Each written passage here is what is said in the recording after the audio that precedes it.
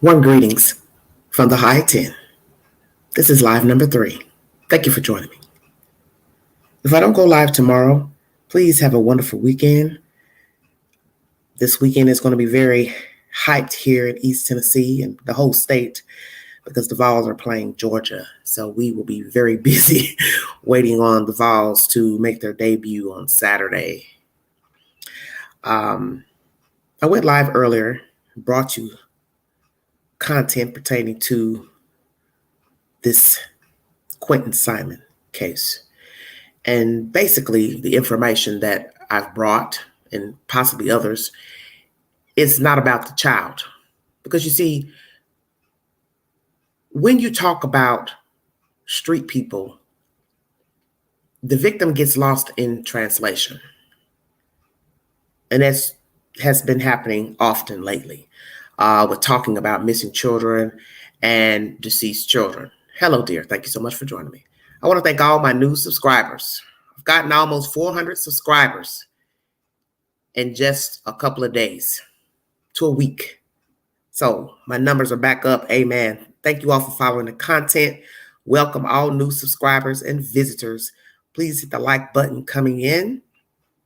Like, share, subscribe. Thank you so very much. I appreciate it. And I'm glad to see the new people in the chat who acknowledge they are new to this network. Thank you so much. And please know that this is not a true crime network. I talk about various topics. So if you see a different topic that's not about a missing person or murder, it's because I talk about various topics, breaking news, hypothetical situations. I just did a video about Herschel Walker. He has a new woman who's come forward saying that he paid for an abortion.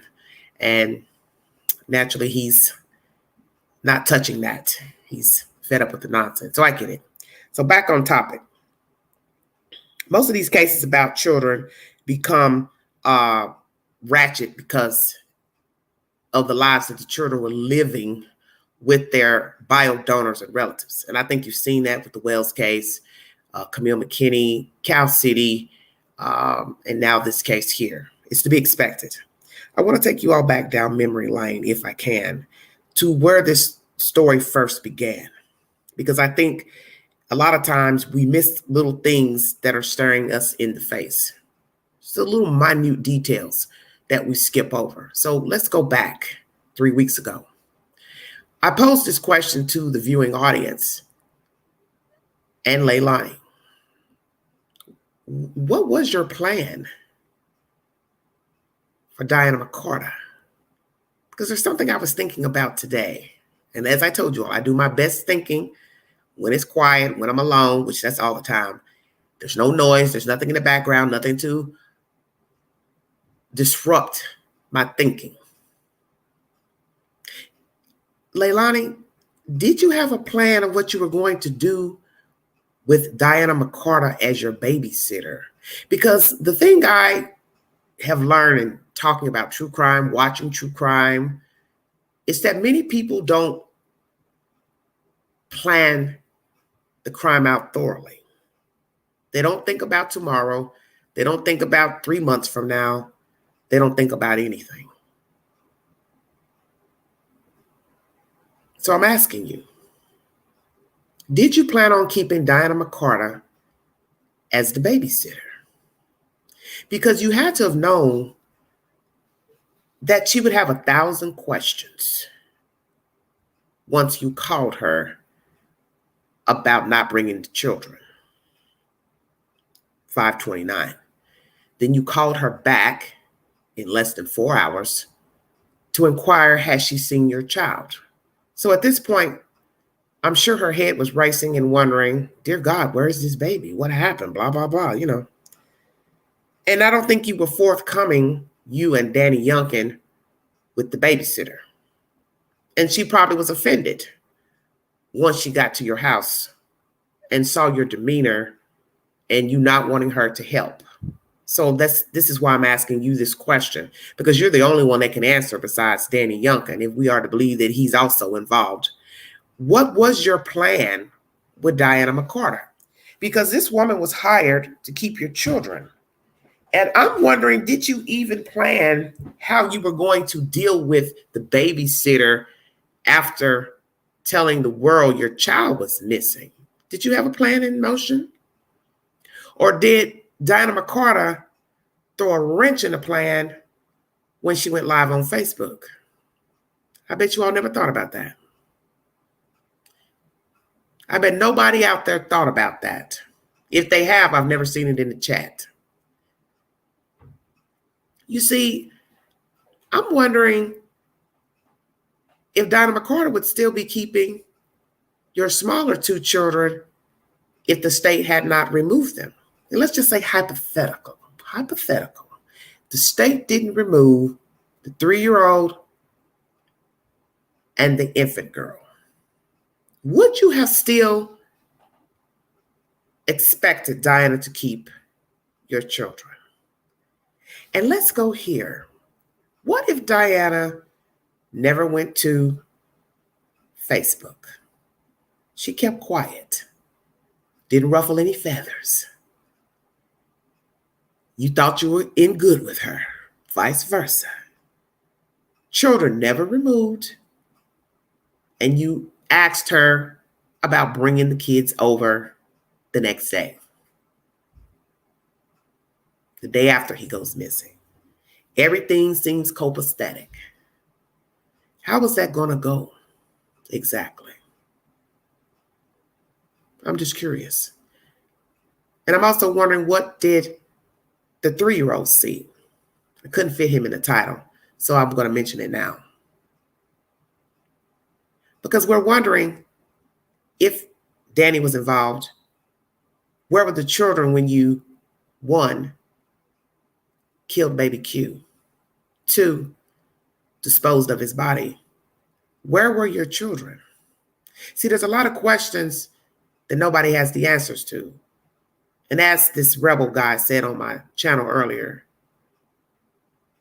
the only person who knows the truth is God, you, and the baby. And if we want to count Danny Youngkin, that's 4.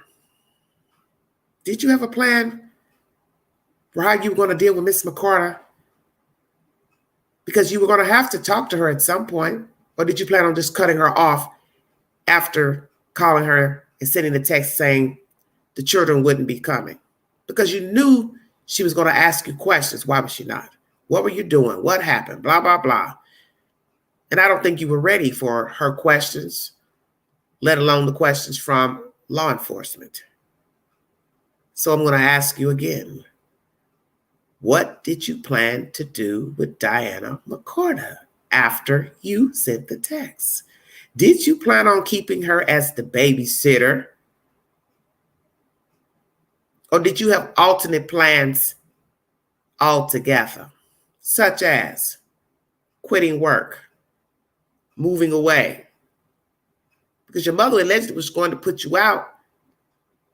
So I'm wondering if this was a bigger plan. Just asking. This is all hypothetical. Because when you're dealing with street people, you never really know what to expect. And we see that you all are spinning lies, so you can't believe anything that you're saying.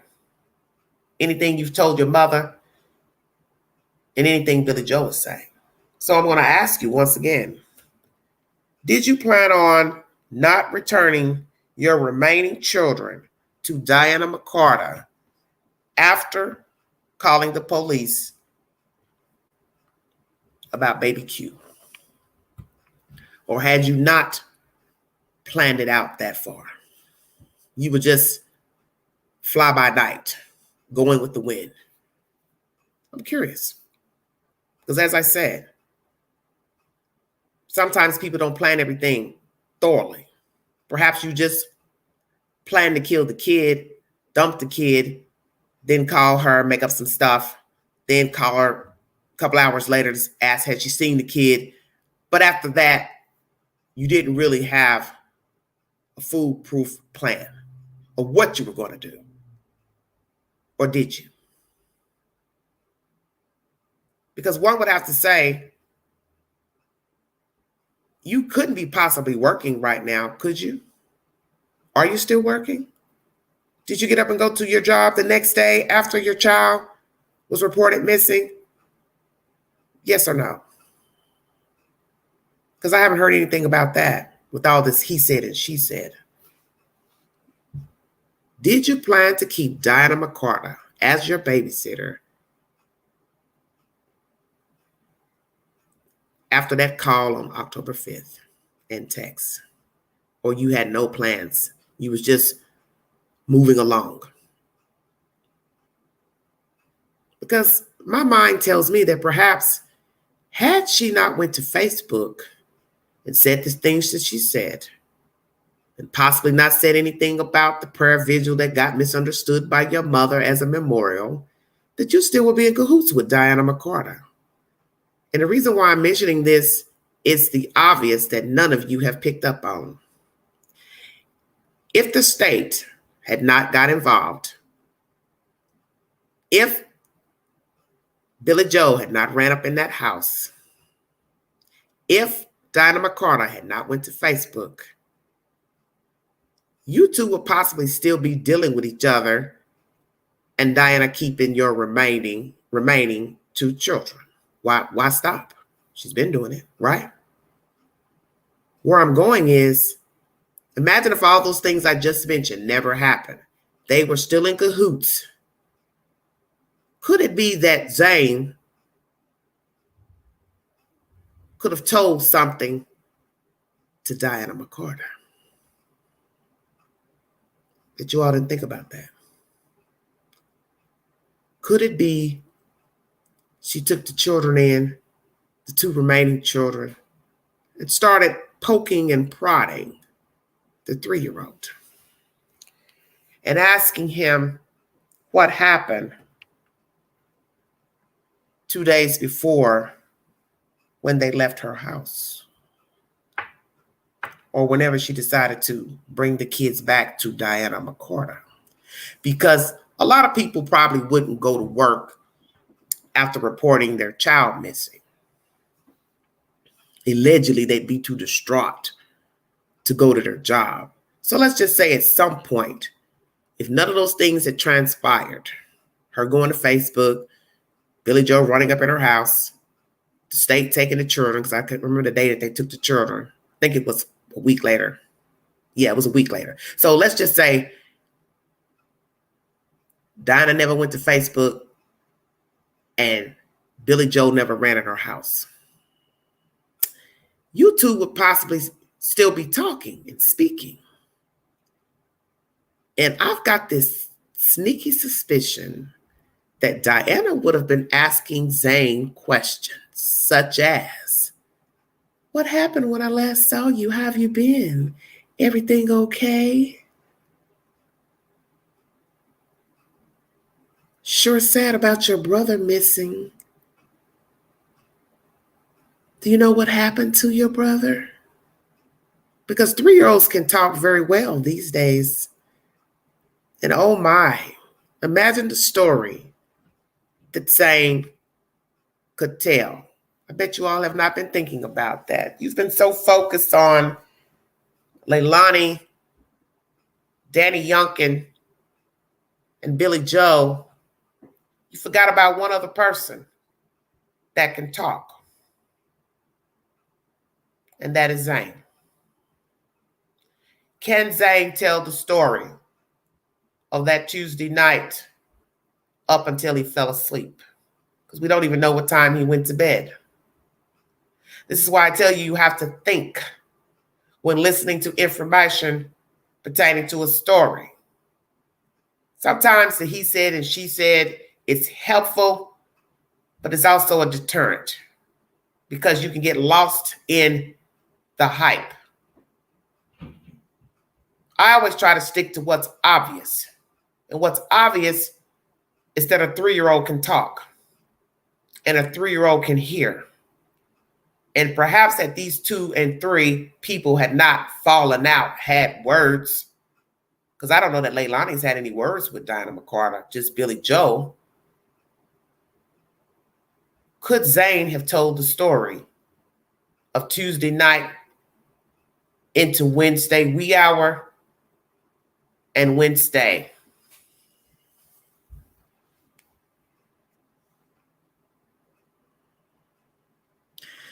From the videos I've seen, Diana said she took baby Z back to her house after the police left that day. Well, see, this is my first time hearing that, so I don't know. But all I'm saying is, if that's true, what you're saying in the chat, then that changes my direction of my content. Well, then if she did see the child, baby Zane, did she ask him any questions about what happened? Did he see anything? Did he hear anything? And if so, what did he say? Because children are very smart and they are intuitive. They are sponges, little sponges, and they soak up information rapidly. So what did baby Zane see when he left Dinah Mccarta's home on Tuesday evening? What were the conversations about? What was the mood of the mother and the boyfriend? And has law officials been able to talk thoroughly with this 3-year-old? Because I won't doubt that they've asked him questions. Social workers have anyway, the therapists. And that's something none of you've mentioned since we've been talking about this case. Not one of you has mentioned, what does baby Zane know? Has he been talked to by a social worker / therapist? And what has he revealed? And did he reveal something astonishing to lead to their removal from that house? Because it has been said many times that children are not always removed from a home because one child goes missing. And we learned that with Brian Wang asking the chief of Cal City the same question. He told him that it wasn't their jurisdiction to remove children. It's the state's decision, state of California. Cal City had no rights to remove children from a home. So that means the state of California saw something in Jacqueline and Trezel's house to remove the children immediately. And then we find out a year plus later that the reason the children were removed is because they were eyewitnesses involved in the deaths of the baby boys. Major difference. Major reason to remove them from their custody. And they held that secret for a whole year without ever letting the public know that, 1, the children were involved in the deaths of the children, and 2, that the children were deceased, which to me was heinous, because people deserve to know that the children were deemed deceased, such as in this case here. Quentin Simon is deemed deceased, and the mother is the prime suspect and sole suspect, as related from Chief Hadley. This is my content this evening, a deep dive into the what if. What if there was no Facebook lives by Diana Mccarta? What if Billy Joel had never ran up in her house? What if she was still keeping the children? Would she know more about what happened in that house? Or does she know something, if the allegation in the chat is true, that she took the child the same evening the police came to inquire about baby Q? No, I did not. What's on it? Just a second.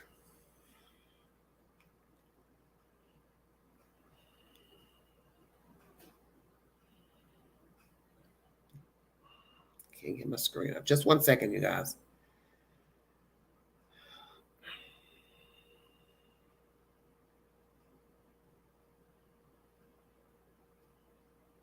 Okay, so he's playing. Let me see what Vinnie Politan's talking about. Let me play this briefly. Thank you. Thank you for that. Searching for a reliable. Let me turn my speaker on so you all can hear it clearly. Thank you. Bluetooth connected.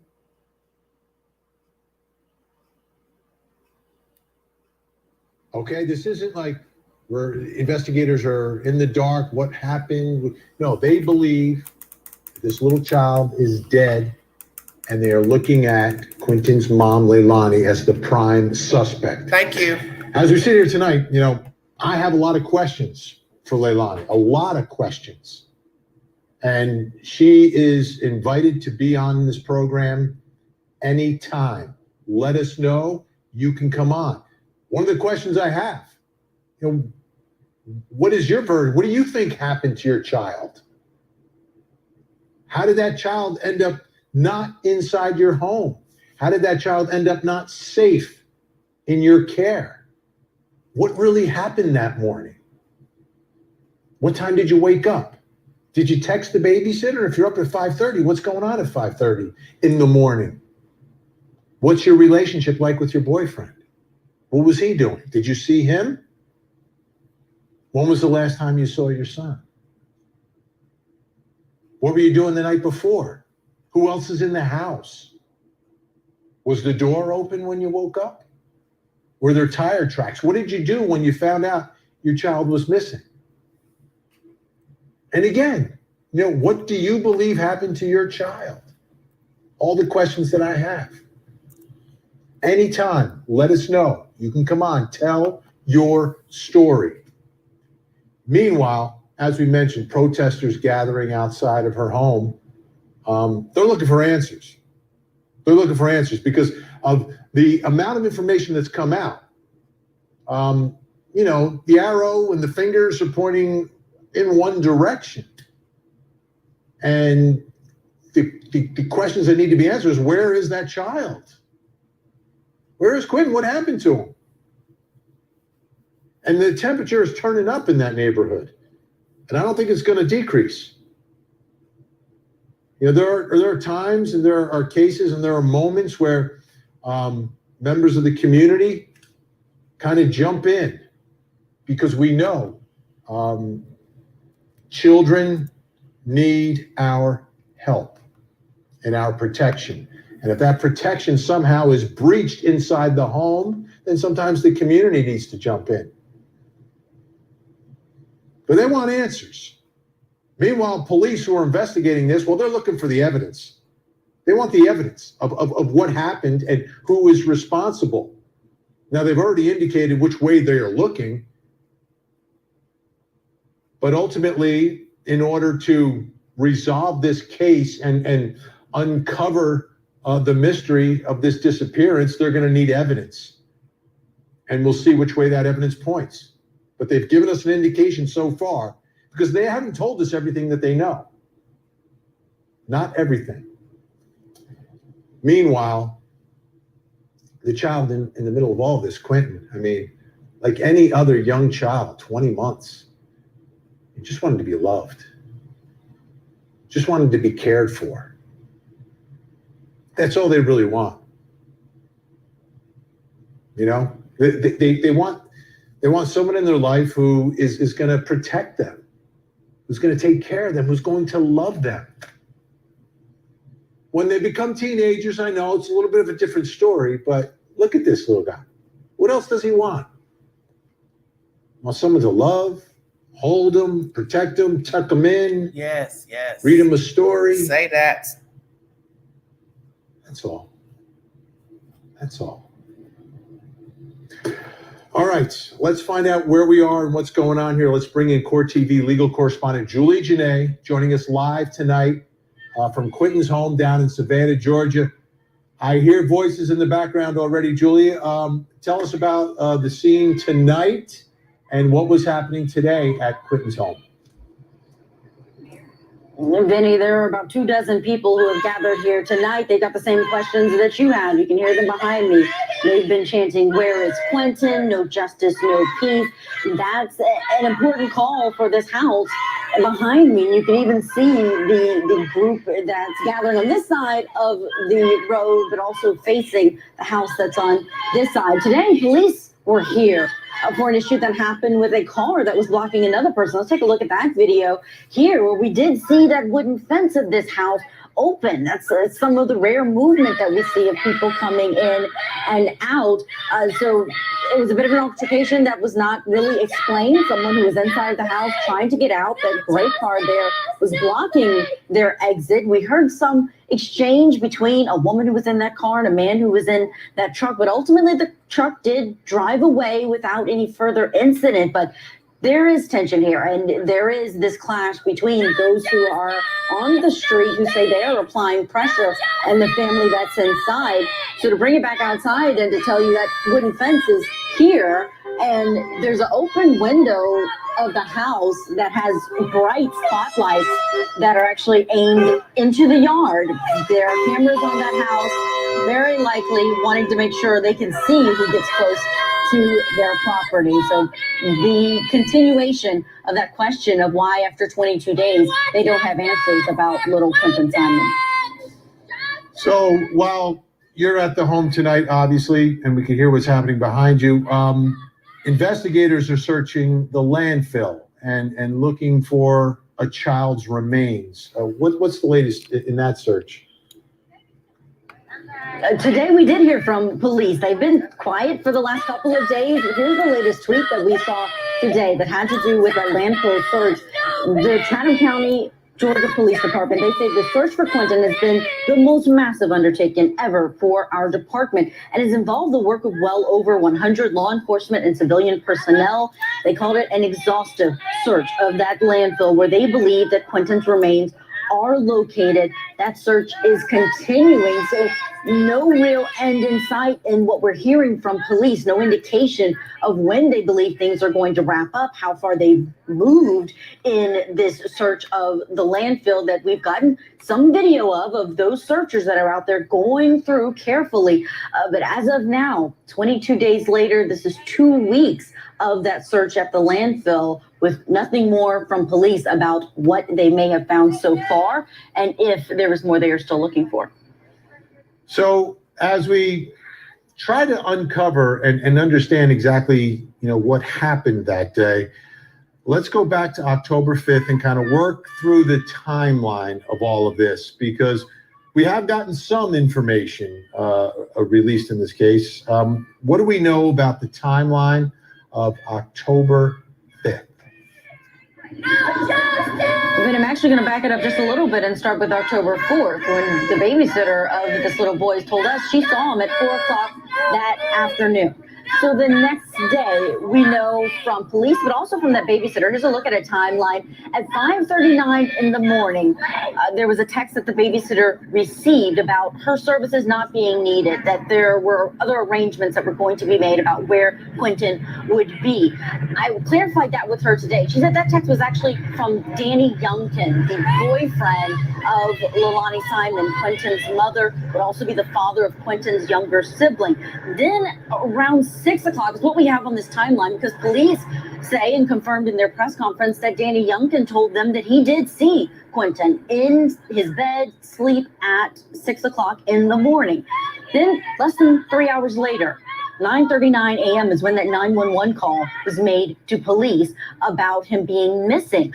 And less than 3 hours after that, Chatham County Police, who were already investigating at that point, they say they were able to mobilize the FBI because they were told that this might be an abduction case. So that's why they were able to get the FBI here so quickly.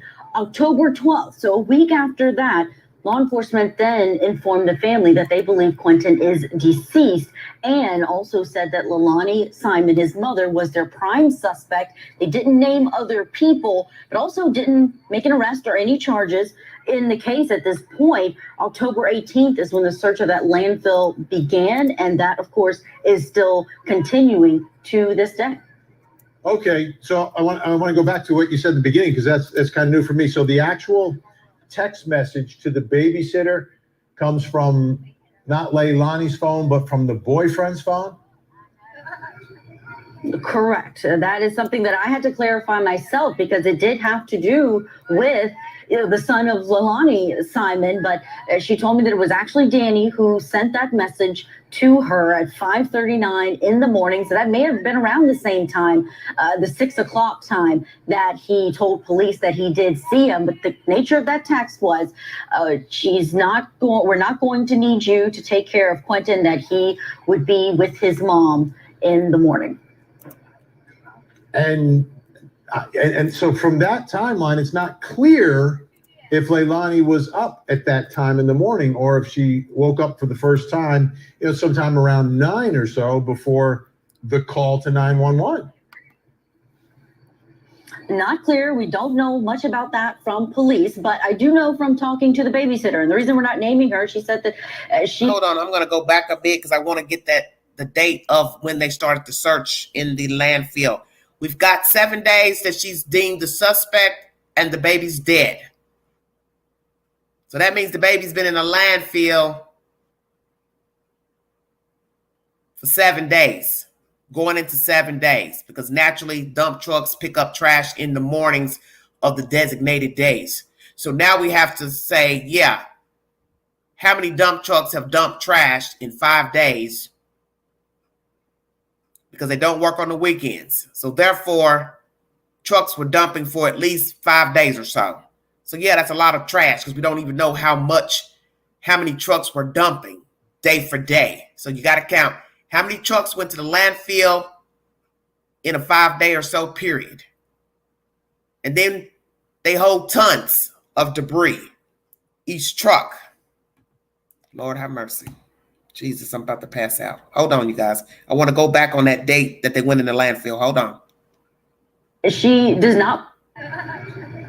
Correct. That is something that I had to clarify myself because it did have to do with the son of Leilani, Simon, but she told me that it was actually Danny who sent that message to her at 5:39 in the morning. So that may have been around the same time, the 6 o'clock time that he told police that he did see him. But the nature of that text was, we're not going to need you to take care of Quentin, that he would be with his mom in the morning. October 18th, that's what I thought. So 13 days. And so from that timeline, it's not clear if Leilani was up at that time in the morning or if she woke up for the first time, sometime around 9 or so before the call to 911. Not clear. We don't know much about that from police, but I do know from talking to the babysitter. And the reason we're not naming her, she said that she does not want to be continued. She saw him at 4 o'clock that afternoon. Just going back. The next day, we know from police, but also from that babysitter. Here's a look at a timeline. At 5:39 in the morning, there was a text that the babysitter received about her services not being needed, that there were other arrangements that were going to be made about where Quentin would be. I clarified that with her today. She said that text was actually from Danny Youngkin, the boyfriend of Leilani Simon, Quentin's mother, would also be the father of Quentin's younger sibling. Then around 6 o'clock is what we have on this timeline, because police say and confirmed in their press conference that Danny Youngkin told them that he did see Quentin in his bed, sleep at 6 o'clock in the morning. Then less than 3 hours later, 9:39 a.m. is when that 911 call was made to police about him being missing. And less than 3 hours after that, Chatham County Police, who were already investigating at that point, they say they were able to mobilize the FBI because they were told that this might be an abduction case. So that's why they were able to get the FBI here so quickly. October 12th, so a week after that, law enforcement then informed the family that they believe Quentin is deceased, and also said that Leilani Simon, his mother, was their prime suspect. They didn't name other people, but also didn't make an arrest or any charges in the case at this point. October 18th is when the search of that landfill began, October 18th. And that, of course, is still continuing to this day. Landfill on the 18th. I want to go back to what you said in the beginning, because that's kind of new for me. So the actual 13 days, almost 2 weeks. Comes from it's not good. Not Leilani's phone, but from the boyfriend's phone.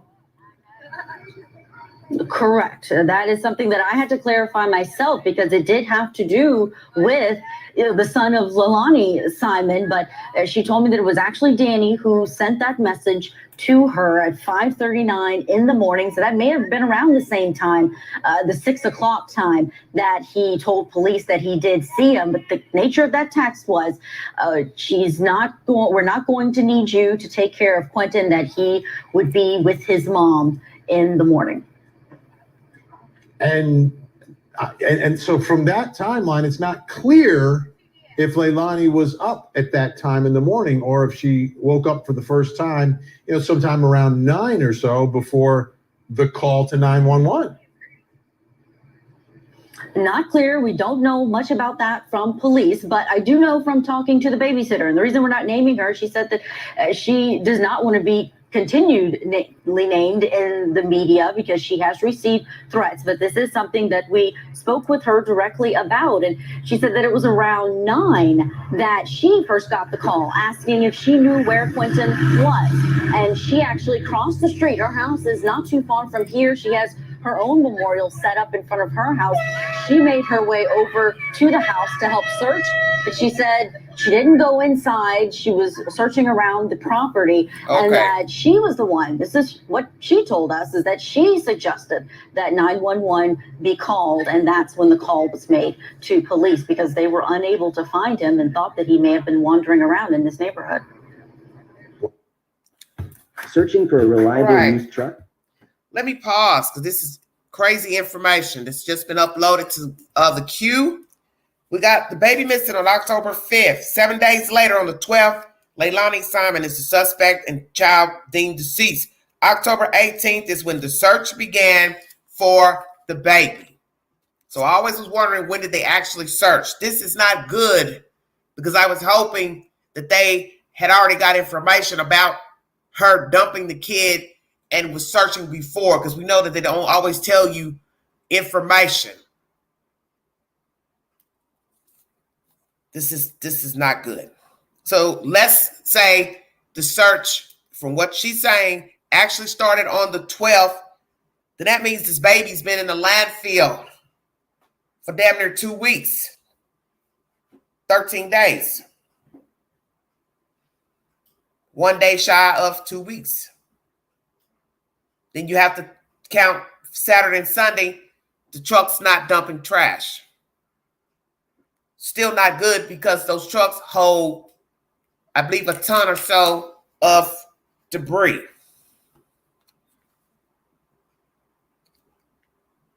I'm thinking the baby wouldn't be dumped after 6 a.m. because daylight is coming up, and I don't think she'd want to be seen sitting around a dumpster in the morning. And if that's the case, she would have had to also get her children up to ride with her to dump the boy. Stay woke. And none of this has been corroborated on their behalf because they haven't spoken to law enforcement that we know of about that morning. Now, what has Danny told the police? I don't know. But we know Leilani hasn't said anything to them in a formal interview. Diana Mccarta does not want to be seen on camera. And in this commentary, it says she's told this lady that she's been receiving threats. So who's been threatening Diana Mccarta? This is why I made this video tonight before I knew of this court TV segment. What if things had changed on the 5th? What if she never went live, never said anything bad about them, never told the public what happened in that house, her house, whichsoever. Billy Joe never ran up in her house. Her and Leilani was still speaking. Would she still have the kids? Because you got to remember, the children were taken, I think, a week later. So she would have had a few days to keep the kids until the state rendered a decision to remove the remaining children.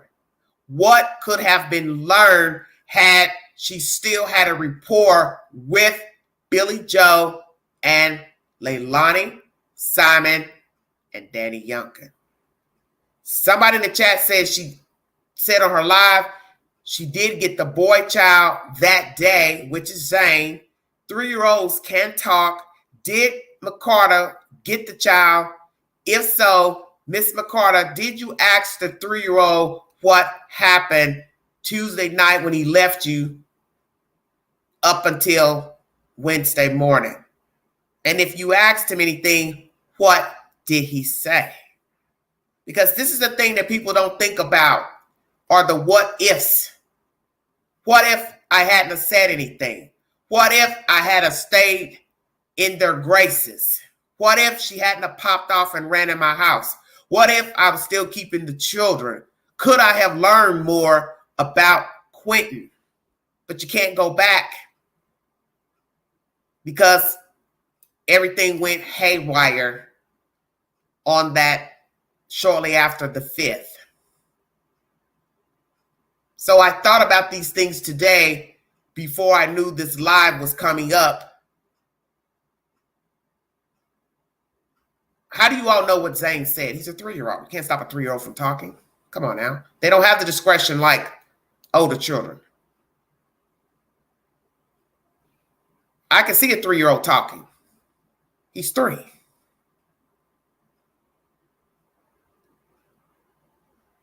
So did she ask the 3-year-old what happened when he left her? What did he say? Did she ask, did he see his brother when they left her house? How do you know he doesn't talk? Get out my chat with that bullshit. I don't want to hear that bullshit. Stupid nonsense. You don't have a receipt? Don't chat in my chat. 3-year-olds talk better than 10-year-olds. Last 3-year-olds I've seen. And I'm not listening to any more gossip about these people and their children. And if you don't have a receipt, I don't want to hear it. This is why we have all the gossip right now, because of the he said and the she said. You don't have a receipt to what the fuck happened with her and those kids, I don't want to hear it. Because I've listened to enough gossip for 3 weeks. I want to hear from Mccarta. If you got the child on the 5th, can he talk, can't talk? What did he say? Because children that young can tell things.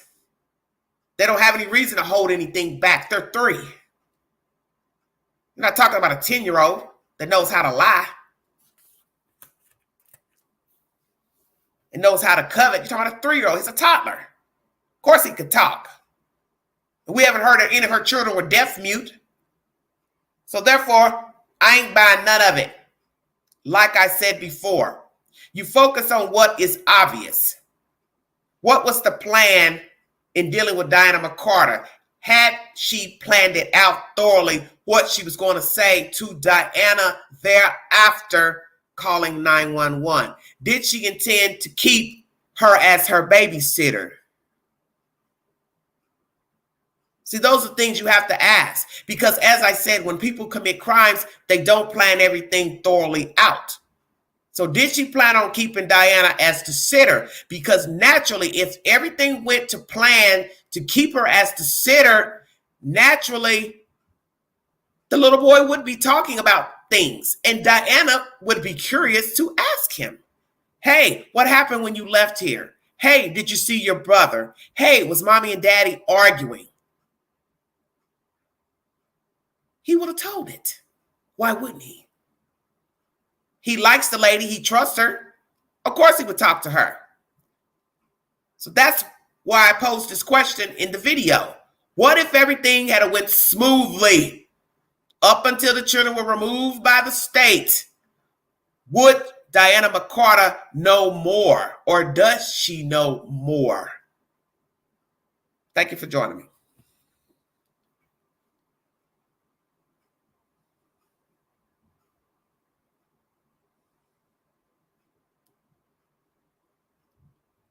What you're listening to is Court TV, just uploaded about 34 minutes ago. Tensions rise in the search for missing toddler Quentin Simon. Thank you for joining me. Wow. So again, the much clearer picture tonight of the scene that morning, which is significant. How do people react initially to what's happening? It's not clear if Leilani is text messaging, if she's up at that time. But the babysitter is called. The babysitter comes across the street, comes over. They're looking outside. Okay. Let's get back to Leilani. Now, I understand that you reached out to Leilani today. Oh, I've been reaching out to Leilani for days now. We've tried every avenue that we can. Of course, it is difficult because they are very leery of anyone coming onto their property because of all of the commotion that's been here every night. But we've sent messages, we've called, we've left a note there on the door. And we did ultimately hear from a family friend, someone who indicated that they are reluctant to speak further, especially with this investigation going on, but mentioned that the friend feels that there needs to be more of a discussion about other possible suspects. They feel that there are other suspects in this case who aren't being focused on. Of course, we know what police have revealed is only one name, but with them saying prime suspect, there's also the possibility that there are other suspects who are not their prime suspect, but that is the name that has been released by police. And obviously, we cover trials all the time, and we know that, police are supposed to follow all the leads and then see where the evidence takes them, not focus in on one person and not look anywhere else. And that seems to be what we're hearing from Leilani's camp. And there's like lights behind you. I saw, are they shining lights on Quentin's house, on Leilani's house, the mother's house tonight, the folks that are showing up there? Or are the lights going? Because I kind of saw a spotlight floating behind you just a short time ago. Those might be our lights, Vinny. Not sure about lights that may be coming in, but it's possible. There it is. There's the light. That they have set out candles. Oh, that is someone. Yeah, that is someone who has a flashlight, and they are shining that onto the house. I can see that now. There are candles there on the ground that they put down. So you have this contrast of a vigil, really, for a little baby. You have all of these stuffed toy animals. There was a woman today who stopped me. She was driving by with her kids, and she said, "Are we allowed to put down stuffed animals of flowers because my children want to?" And we know the family has said that they welcome people to pay respects, but not to insult their family or to do some of the things that they're hearing from the chanting outside. So really two different types of remembrances going on here for a little boy who you think both sides of this fence, of this line here, the no trespassing line, both sides wanting more answers. All right, Julie Janae, live in Quentin Simon's neighborhood tonight. Protesters there, still trying to get an answer as to what happened to that 20-month-old child. Julie's going to stay with us. We've got more on this investigation plus coming up next hour. In Waukesha, Wisconsin, 6 people murdered and more than... All right, everybody. Taking a brief break. Well, Leilani didn't come out right speaking because we haven't heard from her, but BJ mentions Diana having access, excuse me, of the house. And then through Michael, she throws slight shade on boyfriend Danny by saying he sent the text and he bathed the children. So in a subtle way, she's mentioned the boyfriend as a culprit and BJ mentioning Diana having access to the house.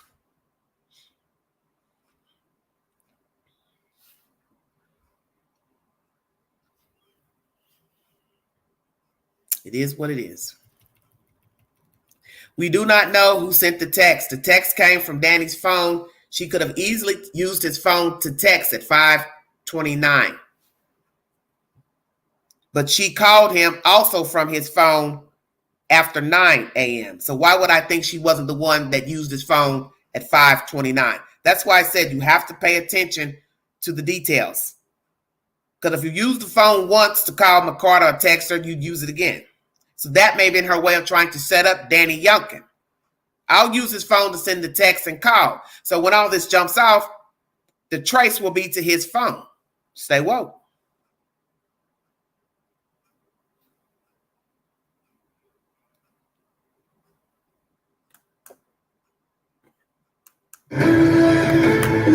any contact with Quinton's biological father? We have had contact with him. Is he at all, is he a suspect in this case? Has he been cleared? He's not a suspect in this case. So the biological father was not living with Leilani, Quinton Simon's biological father. But as you heard there from investigators, he's not a suspect into this. But 2 days into the search for little Quinton, Leilani Simon's 2 days in, Leilani Simon's mother, Billy Howell, spoke to a reporter at the local news station, WSAV, in Savannah, about her daughter's version of events. Court TV legal correspondent Julie Janae, joining us live tonight from little Quinton's home in Savannah, is with us as well. Do we want to take a look at what WSAV had there? Let's take a look at it. I feel like whatever Leilani's story doesn't add up. Well, I've been talking with the baby's father, with Quinton's father. I've been talking with them all day yesterday, and he's already been questioned, and they've already went to his job and went to his home, and Quinton's not there, which is I didn't think he would be anyway. Why Leilani would even come up with a story like that, I don't even know. How about that? How about that? And that's Quinton's grandmother, Leilani's mother, saying that her daughter's story doesn't add up. Let's bring back in Julie Janae. She's down there in Savannah, outside the home in the neighborhood. So what did Leilani tell police? Did they mention did she mention the biological father? Was that what was said here? Was that her version of what happened that day? Our understanding is that was part of this questioning of what may have happened, what could have happened, that if this was in fact an abduction, which we know was told to police. It's one of the reasons that the FBI got involved. But the biological father is an important part of this, or a question as to what happened, because when you do have a child that goes missing, that's one of the first people that police try to talk to. And they did talk to Henry Bubba Moss, but he doesn't live anywhere near here. He lives 86 miles away, further north in Georgia. And DailyMail.com senior reporter Sean Cohen, he's out of New York, but he was attracted to the story. He's been here in the area researching, and he was able to track down the father about a week ago and had some very interesting information that we were able to talk to reporter Cohen about. Take a listen to what he learned from that interview with Moss. And he said he was very somber, reluctant to talk at first, but eventually let him know this. Leilani had told police that he had taken Quinton overnight.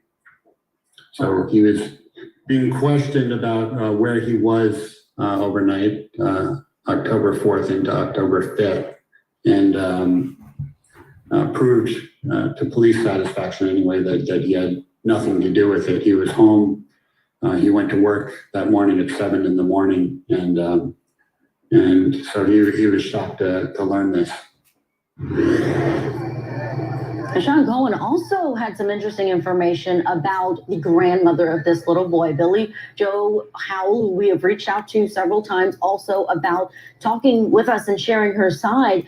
And he was able to get this recorded information about a conversation that she purportedly had with the biological father. You heard her talking about in that clip you just played, where she's having a conversation with him about what happened and the story not adding up. But here's what he learned from that recorded interview between these two people. During the conversation with Bubba earlier, Billy Joe shared her theory that actually it was Leilani and Leilani's boyfriend who were present and high on drugs, and that Quinton, she believed, had drowned in a bathtub. So it was a stark contrast to see what they said publicly versus what Billy Joe said to Bubba privately. Gear up during Ram Power Days.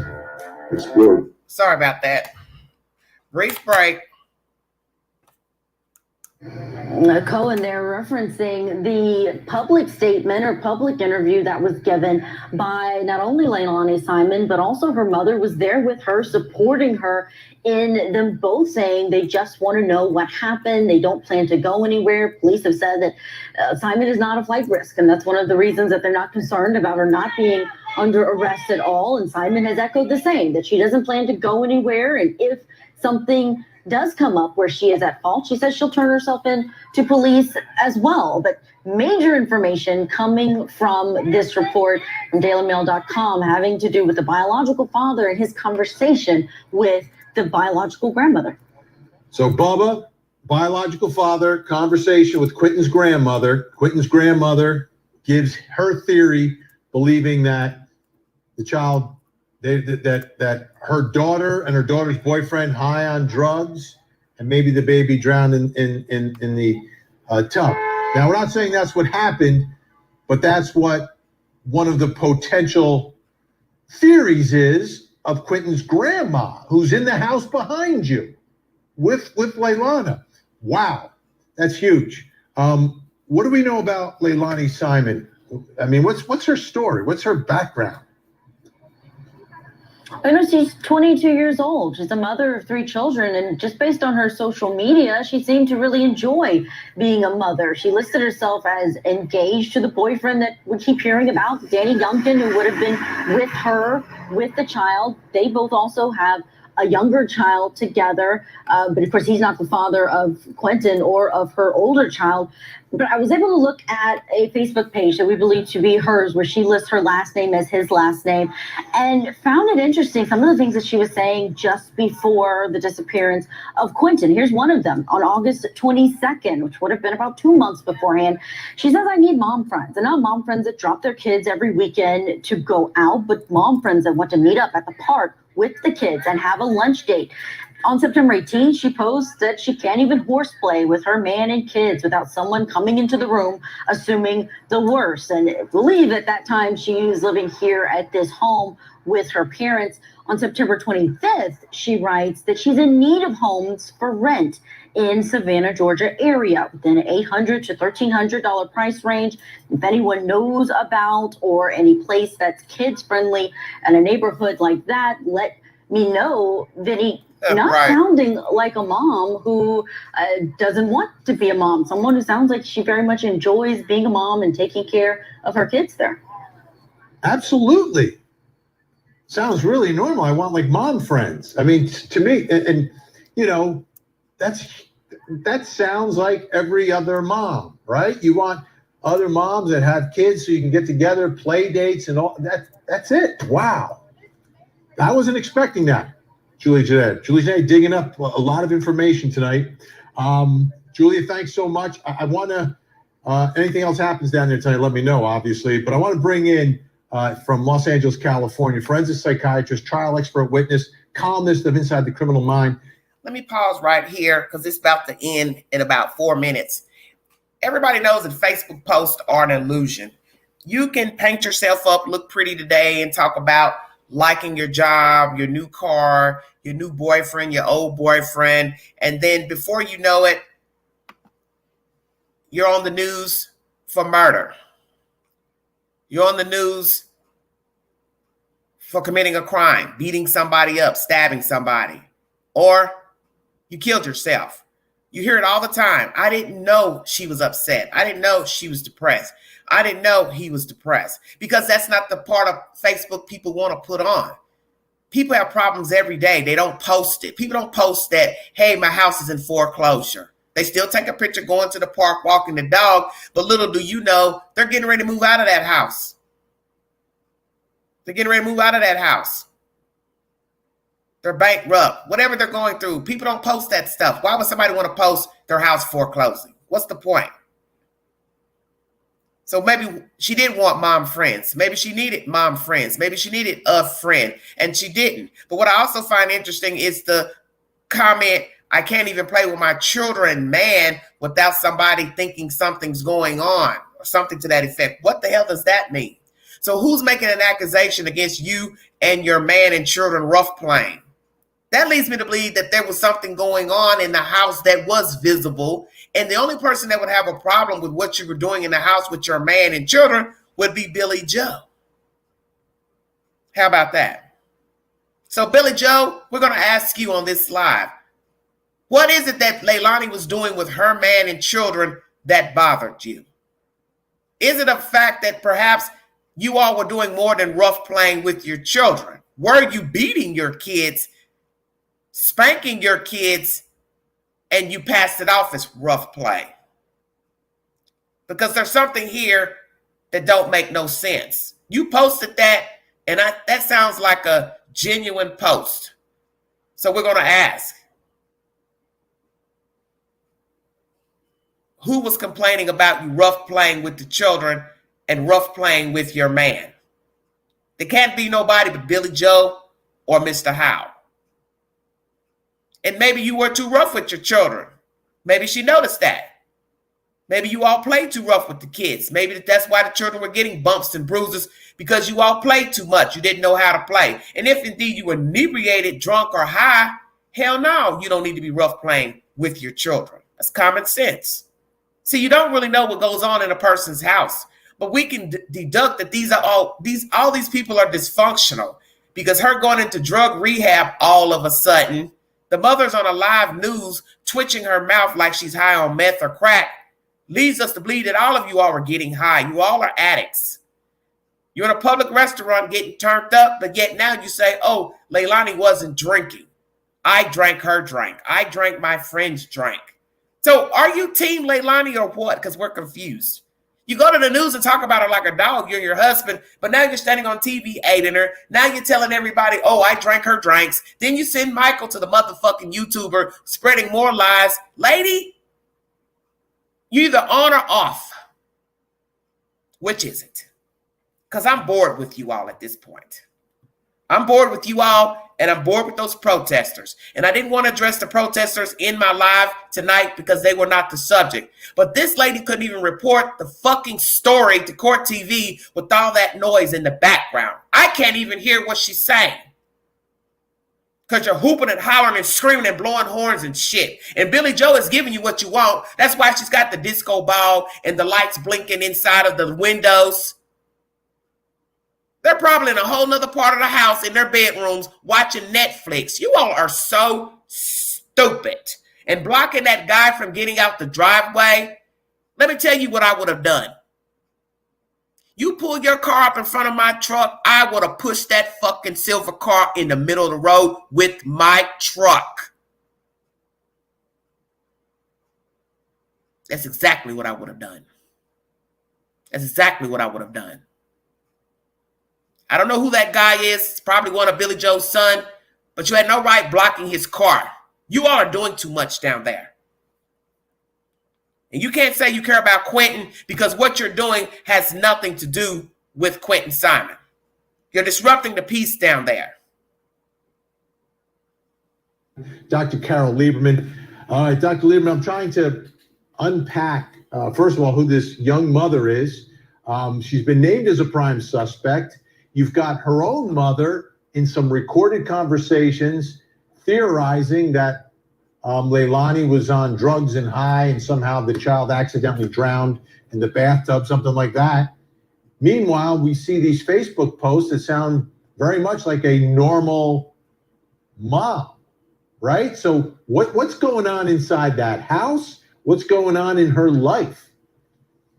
Well, I think Leilani was, despite her posts, was anything but a normal mother. She has quite a history of drug abuse, cocaine. The father of Quentin talked a lot about Leilani, about how she was always high on coke and marijuana, and she would sleep with men to get money to buy more coke. You know, that she has 3 children from different fathers and so on. And clearly the mother, the grandmother, Billy Joel, to have created Leilani, to have had a house where Leilani grew up, and that was an incredibly dysfunctional household. Dysfunctional doesn't say it. There were people who were abusing drugs. They were in jail. The uncle of Quentin, in other words, the brother of Leilani, is in jail or prison or he's for murder, for manslaughter. There's all kinds of, it's a whole family of dysfunction and criminality. I think what the grandmother said, probably seems like the most likely explanation, because I think that would place the two of them as being likely up together doing drugs. In other words, Leilani and her boyfriend Danny. And there are reports that Danny has left town, so that's kind of suspicious. So maybe they were in it together. But one of the things I think is fascinating is Leilani's state of mind. She's on the one hand, in terms of what happened to Quentin. On the one hand, she's, saying she doesn't know, she doesn't have a clue, kind of like Casey Anthony did. She pretended for a long time, Casey Anthony, that she knew nothing about whatever happened to her daughter. And then also, is it denial? Is Leilani in denial about what happened? Is she delusional after all the coke she's been having? Could she be delusional about what happened? And the police were telling her that maybe it was the shock of the daughter of Quentin, of Quentin being killed, of her killing him, or it being an accident or whatever, that maybe that shock has caused her to forget what really happened. I think that's being rather generous to Leilani. Exactly. Yes. One of the things that caught me, and you probably read this quote yourself, they say such strange things. Leilani said, we want him back in our arms, holding us. Of course, it's really that she should be wanting to hold him, not him taking care of her. But anyway, that's what we want. We're just hoping he's in somebody's house and they're feeding him. And maybe they wanted a baby or couldn't have a baby. Maybe they thought they were his savior. She talks about him like he was a stray cat, that maybe a pet cat of hers that somehow she's hoping landed up in a neighbor's house. Exactly. I mean, it is really very distorted. Yes. Dr. Carol Lieberman, always great to have your insight and perspective. Thank you so much. We'll see you again really soon. All right, everybody. Thank you all so much for following the content. That was Court TV. If you need to go back and recap from the beginning what was mentioned, they are following the Quentin Simon case. Vinny has asked the questions at the beginning of that segment. What happened? Who was where that morning? Who saw the baby? And one of you came in the chat to let me know that the show was on. So I thank you for that. So I went ahead and just added that to this live stream, because this was only going to be a brief live stream that I planned at the last minute. But I'm glad it's on, because now people around the world are going to know about Leilani's criminal past and her mother's past, and that the family is dysfunctional, and that the brother is also incarcerated for murdering someone. So now people know. There's no more distortion of who's on first, who's on second. They're all messed up, jacked up, and this is the life that the children endured with these strange people. And it's another thing that a lot of us have not mentioned in the chat that's similar to the Wells case. When you're dealing with people who are on drugs, you forget that they also seek out other people that's on drugs. So you don't really know who's all been in that house, coming and going, while Billy Joe and Mr. Howe were out of town welding. Stay woke now. You don't know who she had coming in the house, what friends she had, associates, or if Danny had associates coming in and out of house. Did the dope dealer come to the house and buy drugs? Sell the drugs. Or did they go out? Were they both getting high? Or was it just Leilani? What car did she use to go get high? Does she own a car? Or is she driving cars that belong to Billy Joe and Mr. Howe? See, you have to ask all those questions, because it's the little things that form the story. Yes, did Danny talk to authorities and already signed a plea? And if he did sign a plea, what did he say? Yes, I'm involved. No, I'm not. I know this. I don't know this. What? See, we don't know. He could be following the snitch rule. He ain't snitching. Okay? You don't really know what's going on with these people. And I'm glad they mentioned the variables, because those things are important in a story. Who are these people? How long have these people been abusing narcotics? Who are they friends, their associates? Who did they hang around? You haven't heard any of that mentioned. With all the he said and she said, that's the one thing you haven't heard in this story. Anybody coming and going out of the house or them going to other places with their children.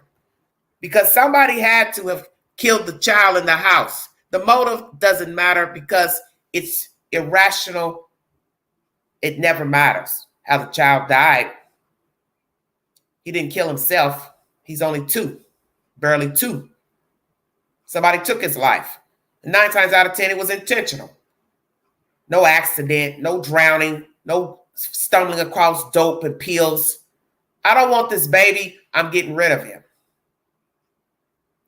Most children are killed by their parents intentionally. It's no accident. No falling downstairs, no bumping their head on the sofa table, no bleeding out. Oh, I'm scared. Let me dump my baby. Children have accidents every day. And their parents call 911. Oh, my baby fell in the pool. Oh, I can't reach him. Oh, my baby got hit by a car. Hey, for some of you bright bulbs out there that want to keep using the accident card, why don't we just go into Google search and ask how many parents did they dump their baby in the fucking dumpster when their baby got hit by a car? I'll wait. I said I was going to behave. How many people dumped their baby in the dumpster after the child got hit by a moving car? I will wait for the numbers. What happened to your kid? Oh, he got hit by a car. Well, how's he doing? Oh, I don't know. I threw him in the dumpster. Hi, may I speak to Mrs. Jones? Yes, this is she. Well, hi, I just called to let you know that little Bobby fell off the monkey bars and he busted his lip and we need you to come pick him up. Okay, I'm on my way. So mommy goes to the school, picks up little Bobby, and before she goes home, she takes her child and throws him in the dumpster. No, I want to make you think about the things you say. Because that's what's wrong with everybody. You don't think before you speak. What's wrong, Grandma? Oh, honey, I've fallen down the stairs. I think I broke my hip. Can you come pick me up? Take me to the emergency room? Sure, Grandma, I'm on my way. So then, we helping Grandma up. We're driving Grandmama down the street. Grandmama's looking, hey, the hospital's that away. Where are you taking me? Oh, I'm going to take you to the nearest mobile home dumpster. We don't need you. You want to keep preaching that accident shit? I'll give it to you now. You want it? I'll give it to you.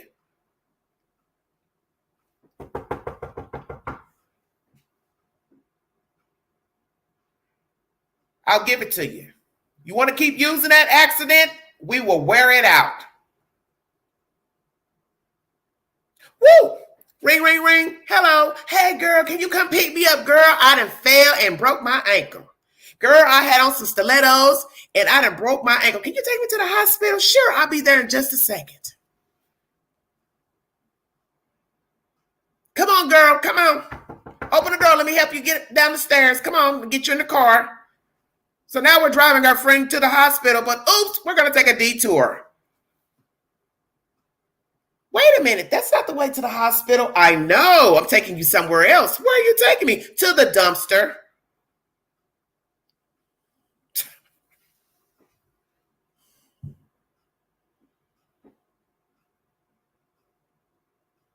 So this is what people do? This must be a new phenomenon I've never heard of. When people have accidents and friends, family, children have accidents, we pretend we're taking them to the hospital, but then we take them to the dumpster and push them in. Pick them up and push them in the dumpster. Is that what we're doing now? Since that's your answer for every true crime story pertaining to a missing kid, a dead kid. Oh, it must have been an accident. Oh, he fell down the stairs. Oh, he bumped his head. Oh, he got some meth in him. Oh, he got a hold of the crack pipe.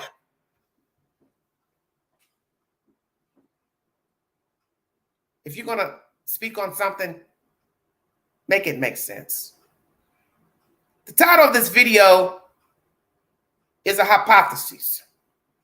What if Leilani was still in good standing with Diana Mccarta, the babysitter? What if Diana had never went to Facebook? What if Billy Joel had never ran into her house, arguing with her about an alleged memorial that Diana denounced and said it was a prayer vigil? What if everybody was on speaking terms October 5th up until now, up until the children were removed? Imagine had she still been using Diana Mccarta as the babysitter. Stay woke. Imagine what we may know now. And if I'm to believe that she had the child, Diana Mccarta, baby Zane, who's the 3-year-old, the same day that Quentin went missing, did she ask the 3-year-old what happened to his baby brother? What did he say? What has the 3-year-old revealed to Diana Mccarta and law officials, social worker, and psychotherapists? Did the 3-year-old tell what happened to his brother? Did he see his mother hurt his baby brother, or the boyfriend, Danny Youngkin, hurt the brother, baby Q? Does baby Zane hold the key to what happened in that house? You see, you don't know. Because, see, a lot of people, as I told you, don't think when they're doing things. And who's to say that these children were up? The infant can't speak, so that leaves baby Zane. And I got a feeling he can talk just fine. If not, I'll correct it. But what if the baby was up and he saw what happened to his baby Q, and he is an eyewitness to a crime? Did he tell the police and a therapist what he witnessed before the child left the house? Because when I look at Leilani, she does not strike me as a mother who would have her children put to bed at a decent hour. She strikes me as a parent who would have her children up all times of the night. And if I'm to believe my source that tells me that the child died after 11 p.m. to 2 in the morning, who's to say that those children were in the bed sleep? Because you don't know. And when people do not have their children properly trained, the children are up running around all day and night as if they are grown. And I'm sure many of you have seen this, and possibly some of you raise your children and grandchildren this way. You do not have your children on a set schedule.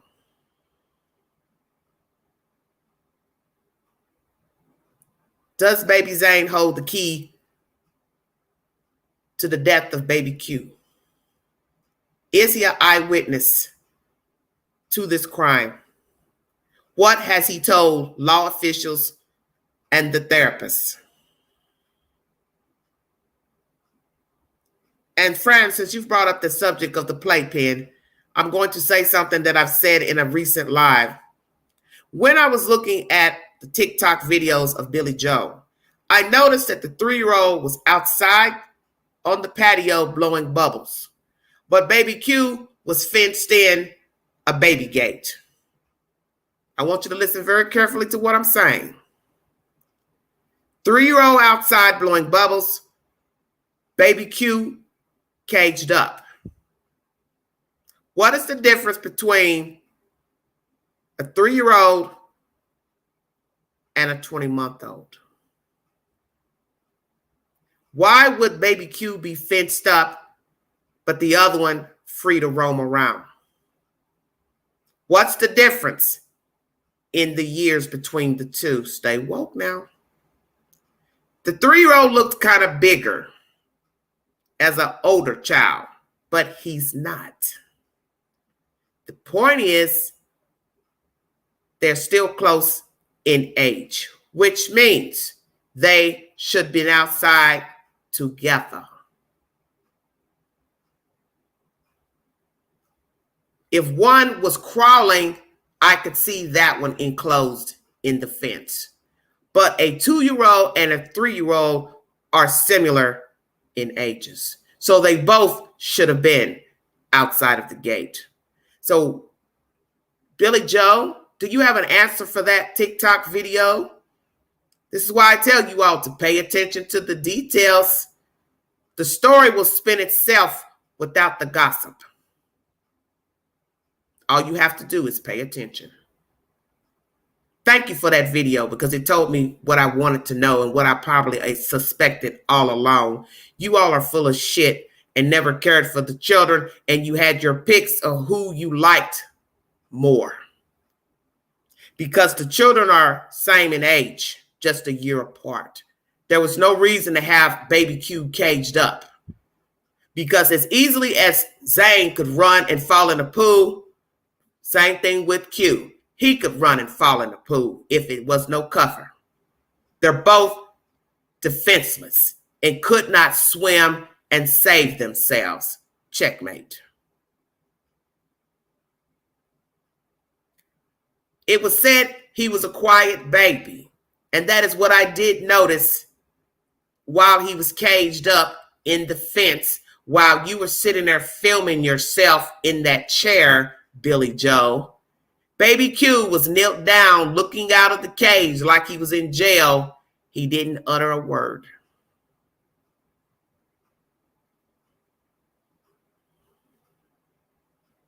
Wasn't crying.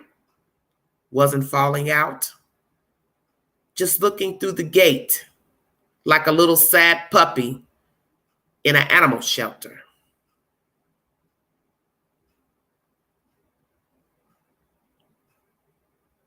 Looking through the gate like a puppy, wanting somebody to choose him. Exactly, friend. He was used to that. Because that's what you've done ever since you've all had him. You've caged him up. That's why he was in the playpen instead of a baby bed. I've got a feeling he's always stayed caged up. You let Zane run around, but you didn't let baby Q roam.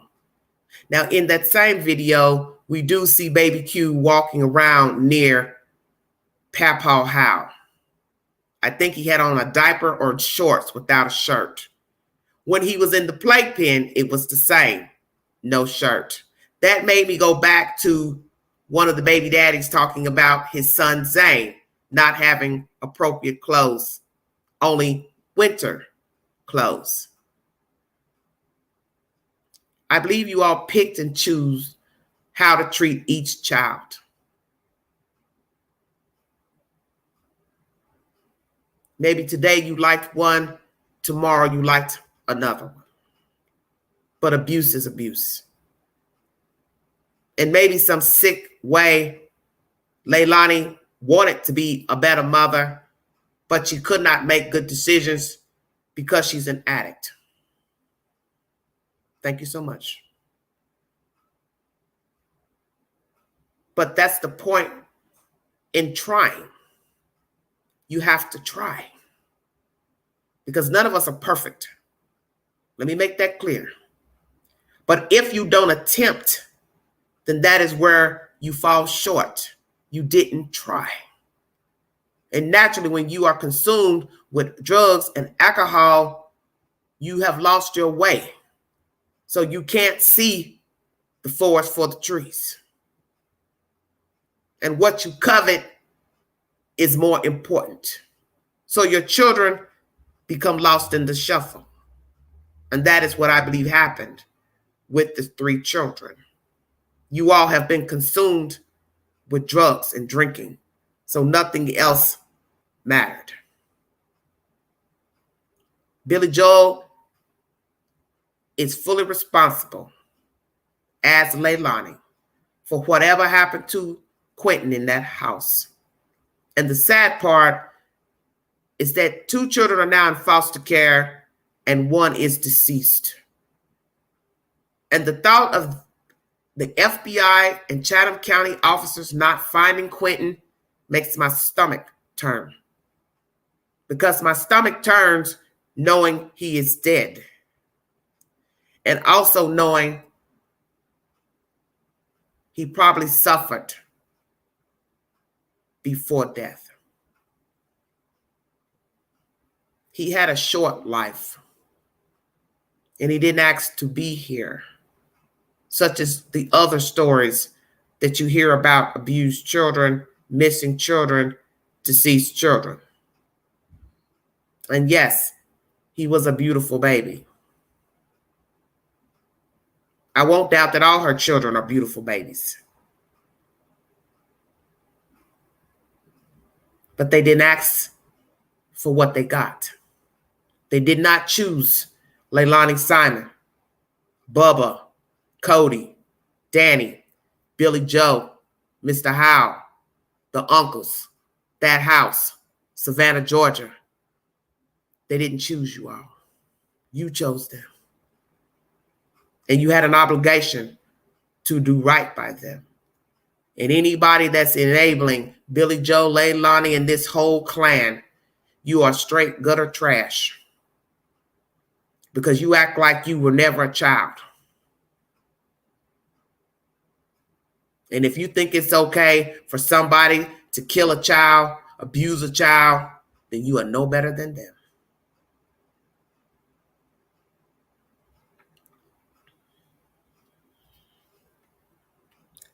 What happened October 5th? Who sent the text to Diana Mccarta? Why was Danny's phone used 2 times to contact Diana Mccarta? Did she plan this out a week before when she had papers, go to court, child support, and an eviction from Billy Joe Howe? When did you put the ball in motion, Leilani Simon, to kill your baby boy, Q? Because my source tells me they are looking into your movements months ahead of time. That's the information I got last night while I was live. They're going back further than October 5th. All of your devices, everybody in the house, to see what the hell was going on with you all. And possibly, maybe you planned this a while ago. We hear in this commentary about you looking for a house because you knew or assumed your mother meant business wanting you out of her house. And you knew that taking 3 children would be a burden.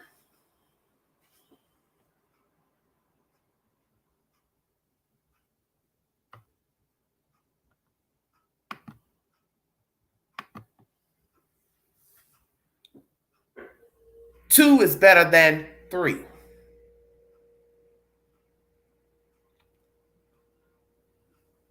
Two is better than 3. And it's not rational thinking to off your child because you're being evicted or have to pay child support. But if you're an irrational mind and you also succumb with drugs, you're not thinking clearly. And if you also have hate for your children, you would kill your baby. So we've often asked, what was the motive for killing baby Q? Because I do not believe it was an accident. Is it because you do not like Bubba Moss? Every day you look at baby Q He's a reminder of what did not go right with Bubba Moss. Now, Billy Joel wants you out of her house and wants you to pay child support. Triple threat. You felt caged yourself. My back is up against the wall. I've got to get out of this house. My cushy life is ending. I've got too many kids to take care of. I'm now ordered to pay child support starting November 1st, 2022.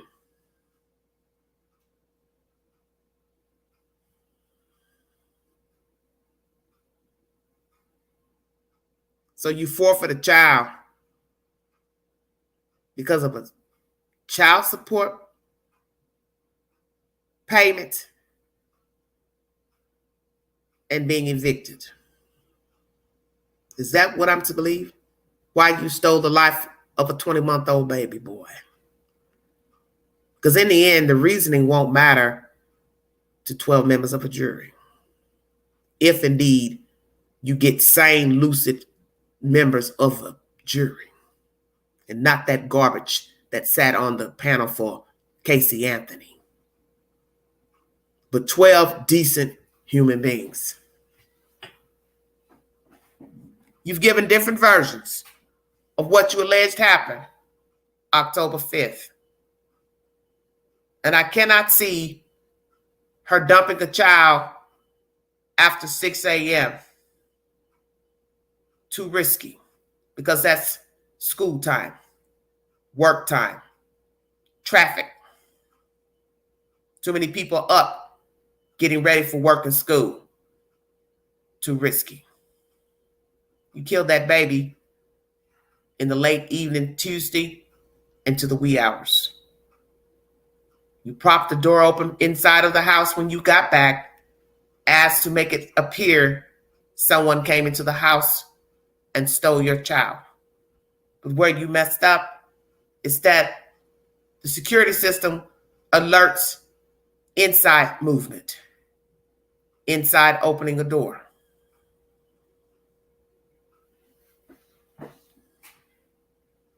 Because you didn't plan it thoroughly.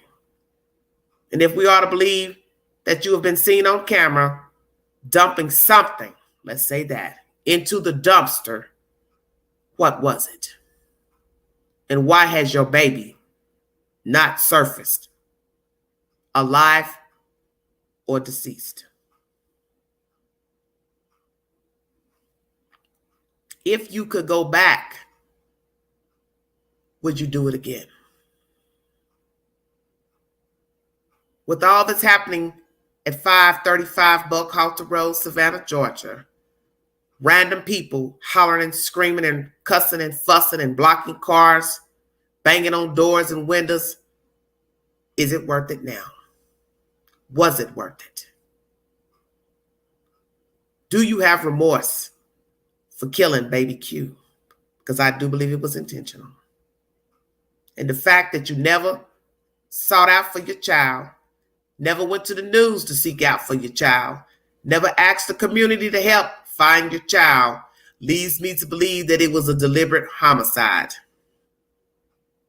And as this woman said at the end of this court TV segment, the fact that you would say somebody may have thought to be his savior, you act like, yeah, he was some lost puppy. Maybe they wanted a child. How could they have wanted a child? How could they have saved him and then thrown him in the garbage can? Make it make sense, Leilani Simon. See, this is why you have to think before speaking, because you didn't make any sense in that news interview.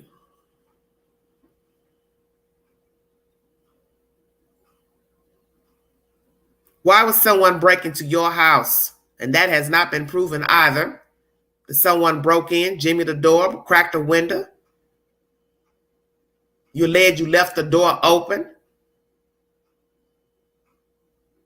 But I believe that security is going to show the door was open willingly by somebody in the house.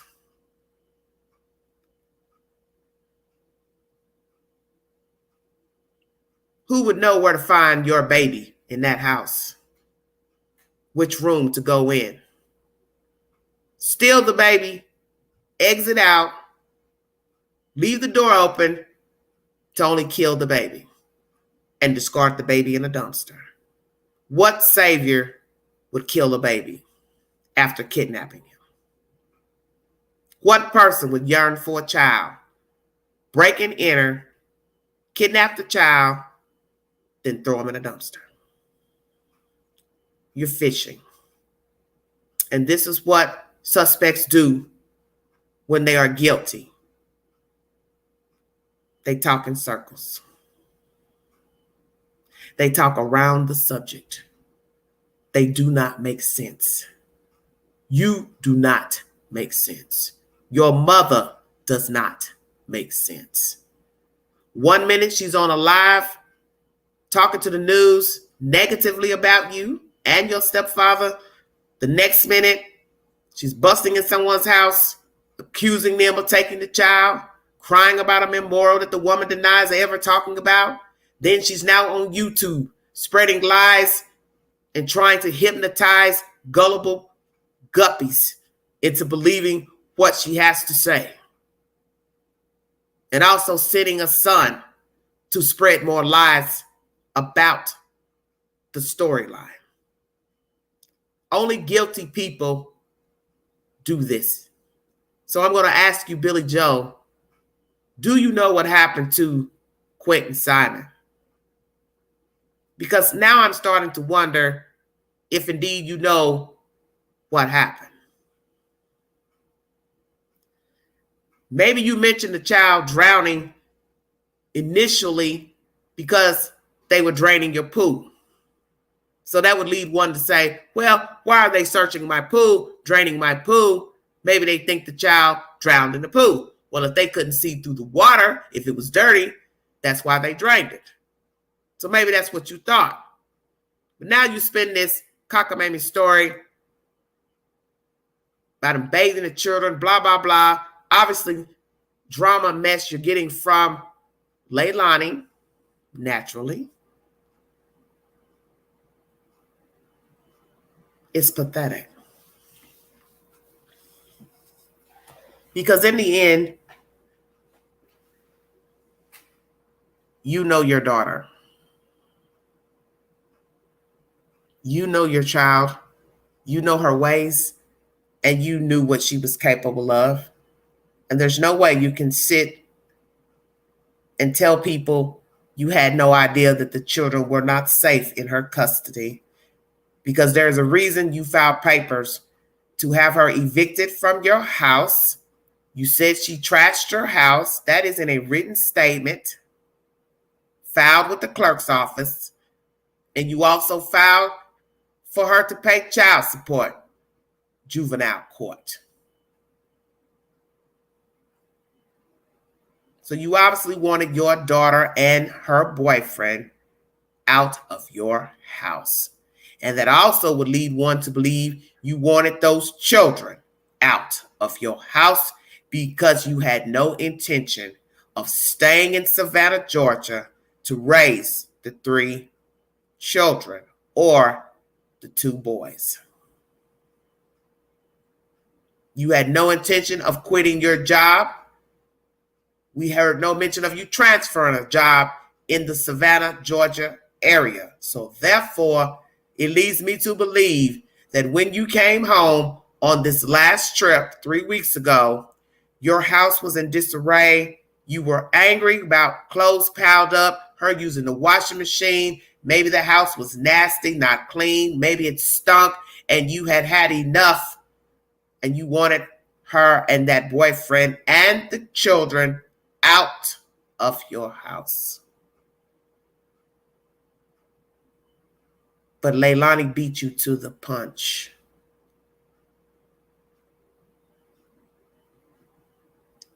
Because now that I sit here Lord Jesus, I can't believe I'm going to say what I'm going to say. I just had a revelation. Leilani,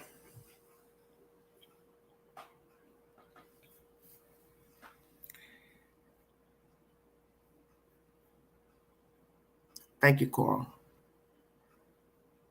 I thought maybe you killed the baby because of the child support payment and Billy Joe wanting you out of the house.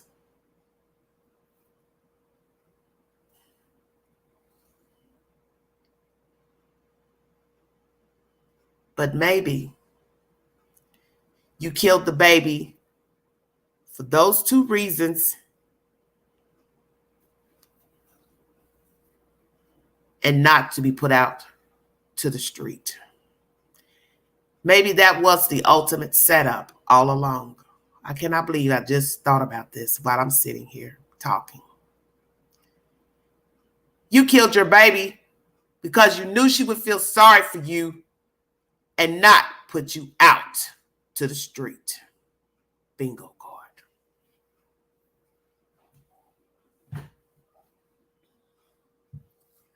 I cannot believe I missed that. Lord have mercy. This is why I always tell you all to pay attention to the details, because the truth is at the beginning of the story.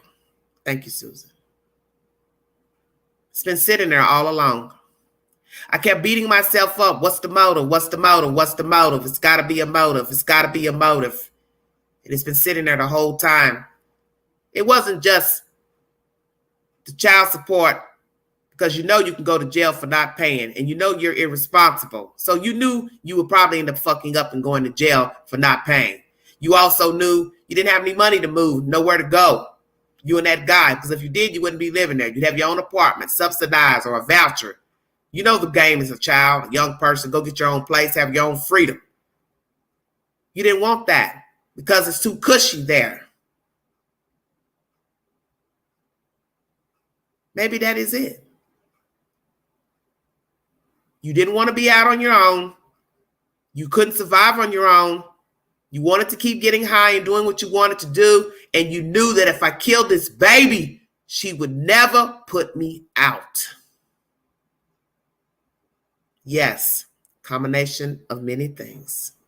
Perfect storm. I killed this baby. People in Savannah hear the story. They start to feel sorry for me. It makes national news. They feel sorry for me. She'll never put me out now. Wow.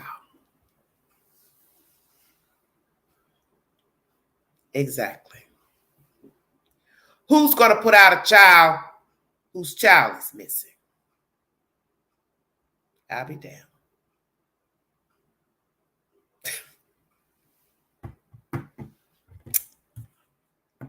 Lord have mercy.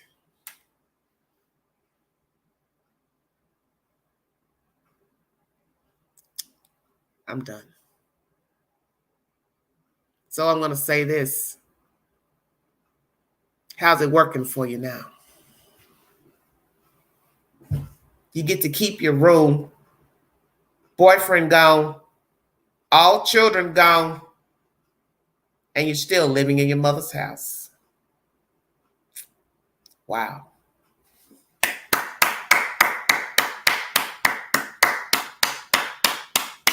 Bravo.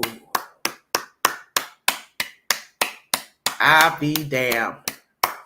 It worked.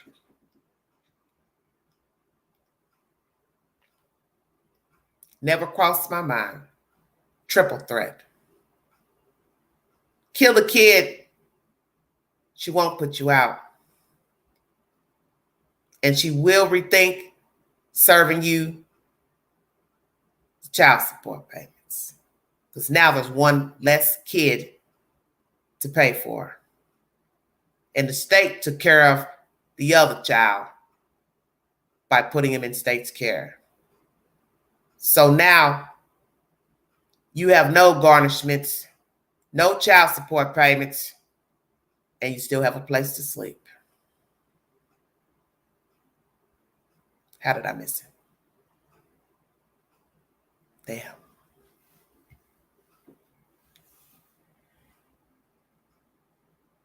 So I want to ask you again. If you could go back, Leilani Simon, would you have killed your baby? Because if this was the ultimate goal, to not have to be put out on the street by Billy Joe Howe, it worked. But how long you think this is going to last?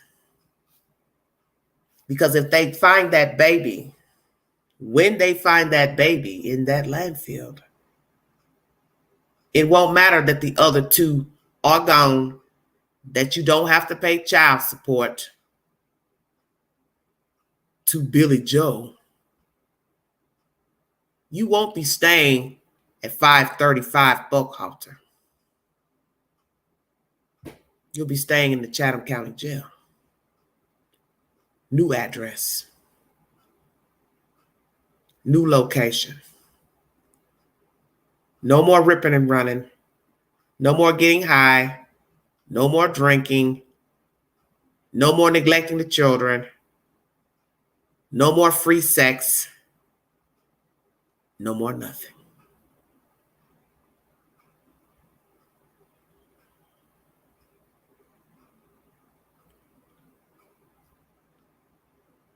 Did you mean to get rid of the babysitter after filing this missing persons report? Because I am curious about that. Did you have that planned out as well? Or you was just going with the flow? Because as I said, had Dinah Mccarta not went to Facebook, had Billy Joe not ran up in that house, would you still be talking to Dinah Mccarta? And what would have been revealed had you two still been speaking? Would she have been able to pick up on something sinister pertaining to baby Q? Would you have told on yourself, coming back and forth, bringing the children to the babysitter?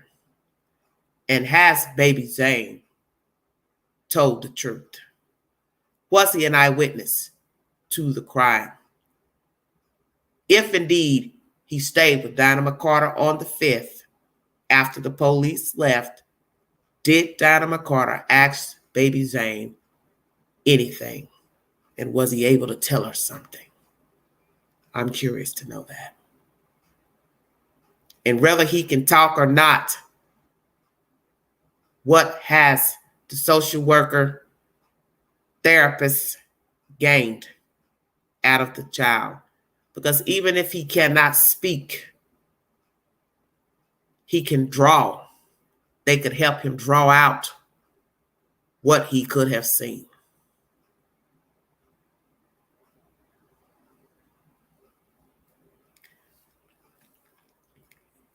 If you see something, say something. Be a part of the solution, not the problem. Mind the children. I want to thank you all for following the content. Please check out my library for my earlier lives pertaining to Herschel Walker and Quentin Simon. I'm praying that this baby boy is recovered out of the landfill. I do not know if they will be able to render a matter of death, but I'm leaning on faith because I know through God all things are possible. And I know he would not want the killer to be walking around free for one of his own children.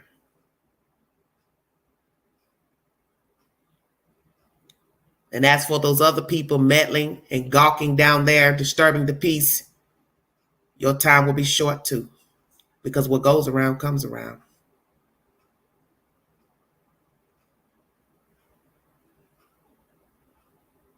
You can't go out here doing things without repercussions, because what you think is right ain't right.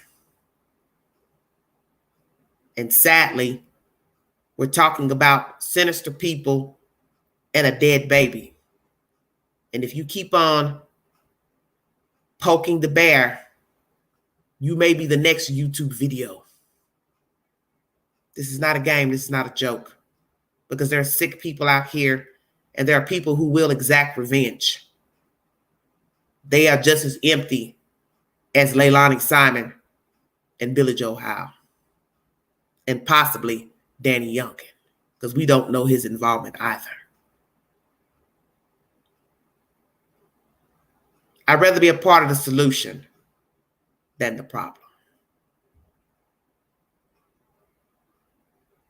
Prayers for the 2 remaining children who are now in foster care. Pray that they find a decent home and they grow up to be productive children and citizens, because they didn't ask to come here either. And they did not choose Leilani Simon and their prospective fathers as their parents. As far as Billy Joe is concerned, you deserve to be in jail alongside your daughter. And anybody else in that house that had knowledge of abuse and the death of baby Q thereafter, you deserve to be incarcerated as well. No more passing the buck. No more slaps on the wrist. No more plea deals. You give them all the bang.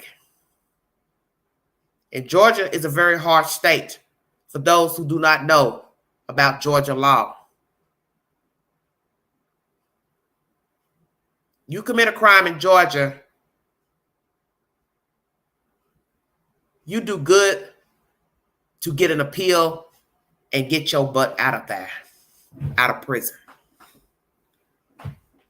Many can tell you the story about being incarcerated in the state of Georgia.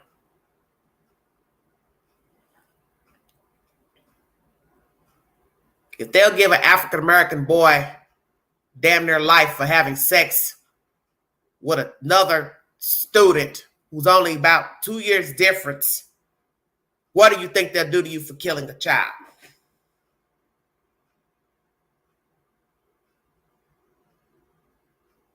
Everybody knows you usually get harsher penalties in the state of Florida, Georgia, Texas, California, Kentucky.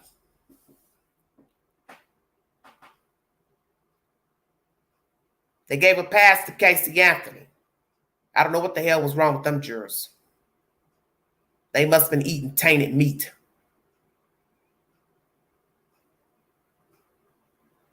But you won't get a pass in Georgia for killing this kid. And I can tell you, if she gets wind that she's going to be arrested, I won't doubt if she tried to kill herself, because she knows she won't be able to survive in a Georgia jail and a Georgia prison. She won't make it. She won't make it. And Billy Joe, as tough as you try to act, they'll beat the shit out of you every day till they break you down.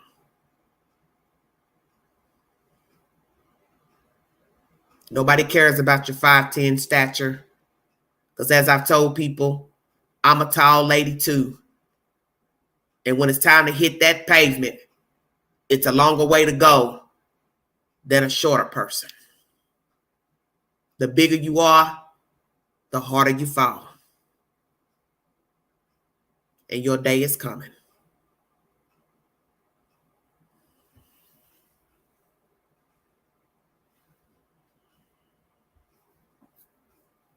Thank you so much for following the content. I want to welcome all my new subscribers, at least 400 in the past week. Thank you all so very much for following the content. God bless all of you. Know that this is not a true crime network. I talk about various subject matters. So if you have a suggestion, put it in the comment section or on a community page, because I talk about various topics in breaking news. And frankly, I do not like talking about children's stories. I'm only updating the stories that I have already covered before. But I made the decision many months ago that I did not want to talk about children anymore because I don't like the static that comes along with talking about children and true crime. It becomes too ratchet. And it shows me that many people are not in it to bring the business of the story. They're just in it to wreak havoc. As someone in the chat said, chaos agents. It's not what I'm trying to do pertaining to children. You all have a safe night. God bless all of you. Be safe. Thank you for joining me. This is Everyday Shenanigans.